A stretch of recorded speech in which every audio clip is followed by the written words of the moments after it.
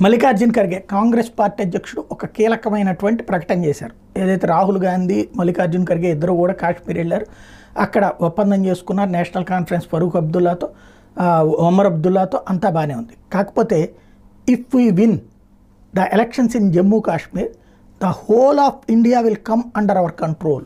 ఈ పదానికి అర్థం ఏంటో అర్థం కాలేదు. జమ్మూ కాశ్మీర్లో గెలిస్తే దేశం మొత్తం మా కంట్రోల్లోకి వస్తుందంటే ఏంటి? కాశ్మీర్ని పెట్టుకుని అక్కడి నుంచి ఏమన్నా పాకిస్తాన్ సైన్యాన్ని అంతా దగ్గర పెట్టుకుని ఏమన్నా దేశంలోకి పంపించి బెదిరిస్తారా ఏంటి? లేకపోతే దేశం మొత్తం కంట్రోల్ పోయినంతకుముందు కాశ్మీర్లో వేర్పాటువాద పార్టీలు పీడీపీ గెలిచింది, లేకపోతే నేషనల్ కాన్ఫరెన్స్ గెలిచింది, కాంగ్రెస్ గెలిచినటువంటి సందర్భాల్లోనే బీజేపీను పీడీపీ కలిసి గెలిచినటువంటి సందర్భంలో అప్పుడు దేశం అంతా వాళ్ళ చేతికి వెళ్ళిపోయిందా? కానీ ఈ స్టేట్మెంటు ఉత్సాహపరిచేందుకు ఇచ్చారా, లేకపోతే కుట్రలకు ఏమైనా బీజం అన్నటువంటిది ఏమైనా ప్రకటిస్తున్నారా? చూడాల్సి ఉంది.